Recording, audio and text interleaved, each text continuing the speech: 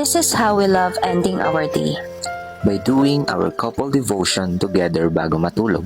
We don't just read the word, We take time to reflect, makinig at mag-share kung paano kumilos si Lord sa buong araw namin.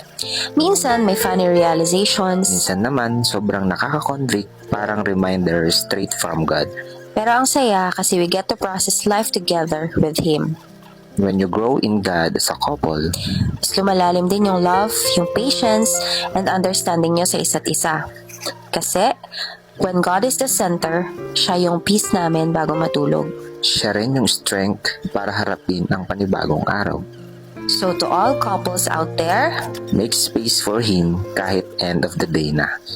let God be the center and watch how He makes everything fall beautifully into place.